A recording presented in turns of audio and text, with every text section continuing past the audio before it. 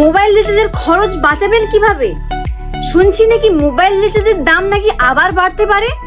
এমনিতেই সংসারের খরচ সামলাতে পকেট ফাঁকা, তার উপর যদি রিচার্জেরও দাম বাড়ে তবে কিভাবে চলবে? চিন্তার দিন শেষ। দাম বাড়লেও কিভাবে বুদ্ধি খাটিয়ে রিচার্জের খরচ নিয়ন্ত্রণে রাখবেন, আজ তাই সহজ 3টি টিপসে আলোচনা করব।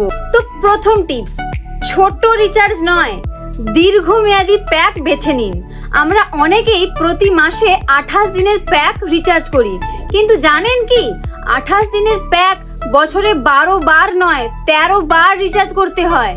তার বদলে যদি 84 দিন বা 1 বছরের অফার রিচার্জ করেন তবে প্রতি মাসে হিসেবে অনেক টাকা বেঁচে যাবে। আর দাম বাড়ার খবর শুনলেই সুযোগ বুঝে দীর্ঘমেয়াদী একটি রিচার্জ করে নিলে বেশ কিছু মাস পুরনো দামেই সুবিধা পাবেন। দ্বিতীয় টিপস, প্রয়োজন বুঝে ডাটা প্যাক নির্বাচন করুন। আমরা প্রতিদিন যতটুকু ইন্টারনেট ব্যবহার করি তার চেয়ে বেশি দামের প্যাক কিনে ফেলি। আপনার মোবাইলের ডেটা সেভার মোড অন রাখুন। ঘরে বা অফিসে ওয়াইফাই থাকলে বড় কোনো ডাটা প্যাক না নিয়ে শুধু কলিং ও কম ডাটার প্যাক বেছে নিন। অযথা প্রতিদিনের আনলিমিটেড ডাটা প্যাক না কিনে আপনার যতটুকু লাগবে ততটুকুই রিচার্জ করুন।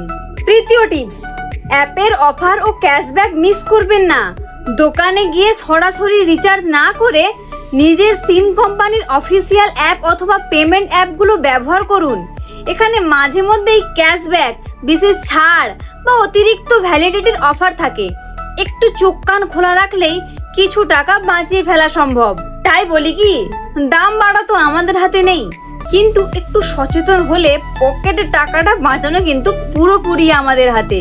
ভিডিওটি ভালো লাগলে আপনার পরিবার বন্ধুদের সাথে শেয়ার করে তাদেরও সচেতন করুন। আর এমন দরকারি টিপস পেতে এই চ্যানেলটি সাবস্ক্রাইব করুন। ধন্যবাদ।